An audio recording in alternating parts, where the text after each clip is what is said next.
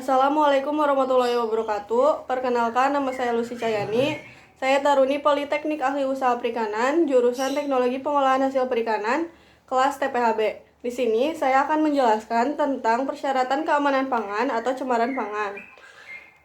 Keamanan pangan itu sendiri yaitu kondisi dan upaya yang diperlukan untuk mencegah pangan dari kemungkinan cemaran biologis, kimia, dan benda lain yang dapat mengganggu atau merugikan dan membahayakan kesehatan. Merugikan kesehatannya yaitu mengganggu penyerapan senyawa atau zat gizi ke dalam darah, tetapi tidak membahayakan pertumbuhan yang terhambat, kurang gizi, dan anemia.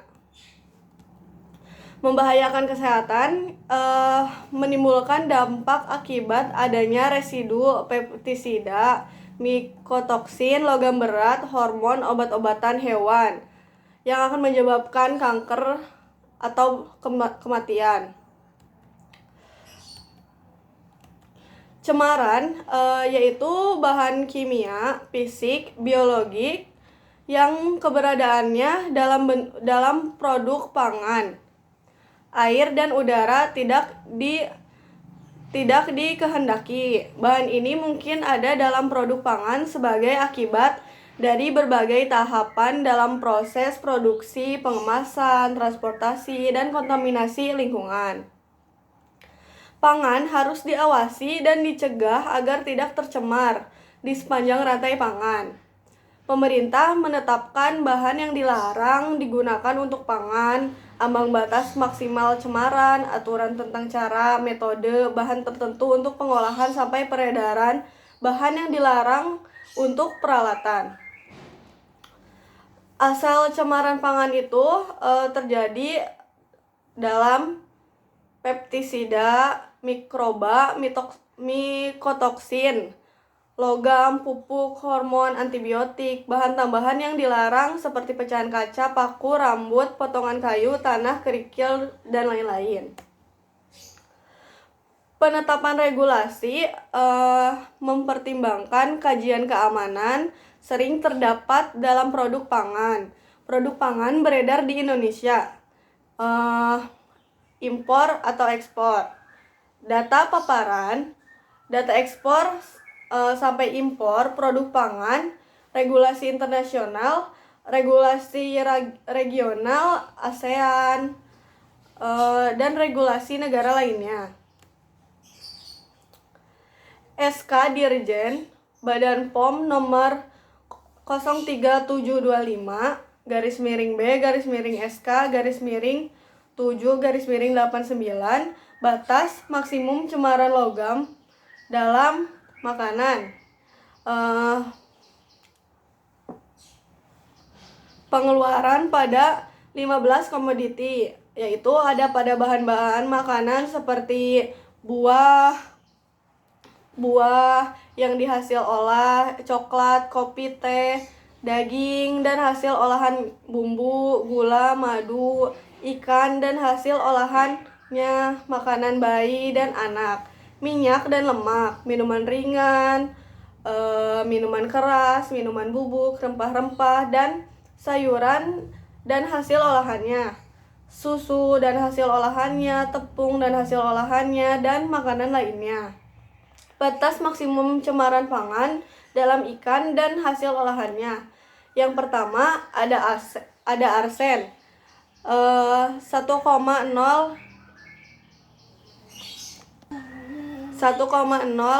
mg per kilo. Yang kedua ada timbal 2,0 mg per kilo. Yang ketiga ada tembaga 20,0 mg per kilo. Yang keempat ada seng, yang kelima ada timah, yang keenam ada raksa. Pengaturan cemaran mikroba di beberapa negara, yaitu ada di Indonesia yang jumlah jenis ujinya ada 15. Yang kedua ada di Australia, Jepang, Amerika, Malaysia, India, dan Pakistan yang jumlah ujinya 3. Kepala Dirjen Badan BPOM nomor 03726 tahun 1989 tentang batas maksimum cemaran mikroba dalam makanan. Terdapat ada Escherichia coli, kapang, kamir, salmonella, staphylococcus, vibrio, dan enterococi. Batas maksimum cemaran mikroba dalam ikan dan hasil olahannya, yaitu ada ikan asap dingin, udang rebus beku, daging kepiting rebus, yang salmonellanya negatif, staphylococcusnya 5,10⁻³ Pengaturan cemaran antibiotika dan sulfonamida di beberapa negara. Yang pertama ada di Indonesia, jumlah jenis residunya ada 55. Yang kedua ada di Australia dan Selandia Baru, jumlah jenis residunya 37. Dan ada di Amerika, Kanada, Jepang, dan Malaysia, jumlah residunya ada 41. Pengaturan cemaran antibiotika dan sulfonamida saat ini yaitu SNI nomor 01636 tahun 2000 tentang batas maksimum residu dalam bahan makanan asal hewan.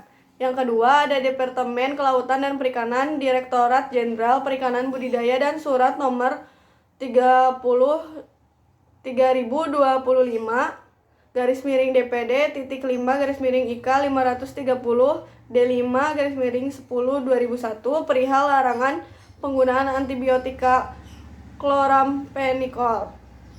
Yang ketiga ada SNI 02724 tahun 1992 tentang pakan buatan bagi udang yang mensyaratkan tidak diperbolehkan penggunaan antibiotika khususnya oxytetracycline dan turunannya.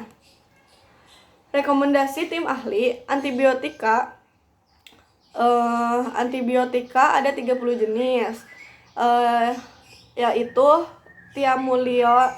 tiamulin, tilosin, trimetoprim, dan virginiamycin, dan benjil, gentamicin, glocasalin.